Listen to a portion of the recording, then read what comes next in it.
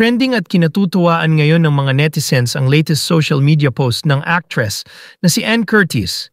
Nitong isang araw lang nang nagtungo si Ann sa Siquijor Island para magbakasyon kasama ang ilang kaibigan. Sinubukan ni Ann mag-rope swing sa Cambugahay Falls na isa sa dinarayo ng mga turista sa lugar maraming humanga sa flawless na pagkakaswing ni Ann na tila mo ay isang balerina na naglalakad sa ibabaw ng tubig. Dahil dyan, mas lalong naging attraction ng lugar sa mga turista at karamihan ay ginagaya ang ginawa ni Ann. Samanta enjoy si Ann sa kanyang bakasyon at usap-usapan nga na napakabait daw nito at lahat ng gustong makapagpa-picture sa kanya ay pinagbibigyan ng actress TV host.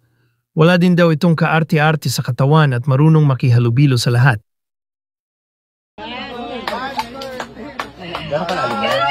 Hindi ko yata kaya. Ano ba yun? Nakaka-pressure, daming tao. Saka naman walang tao.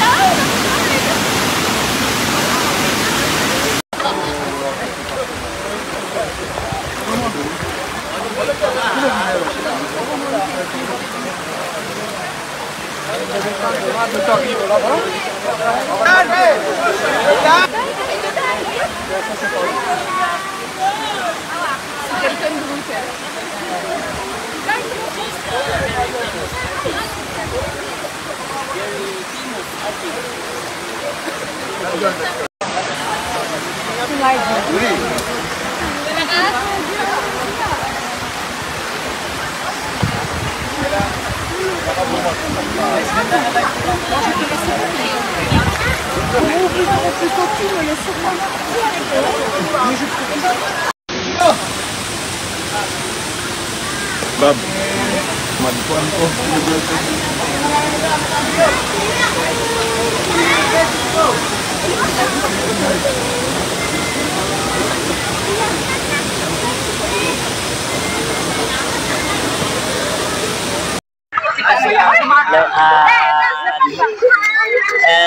Welcome to Cambugahay Falls. Mabuhay! Mabuhay!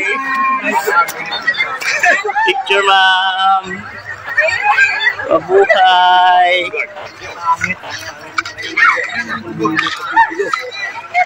Bye-bye, Miss Ann!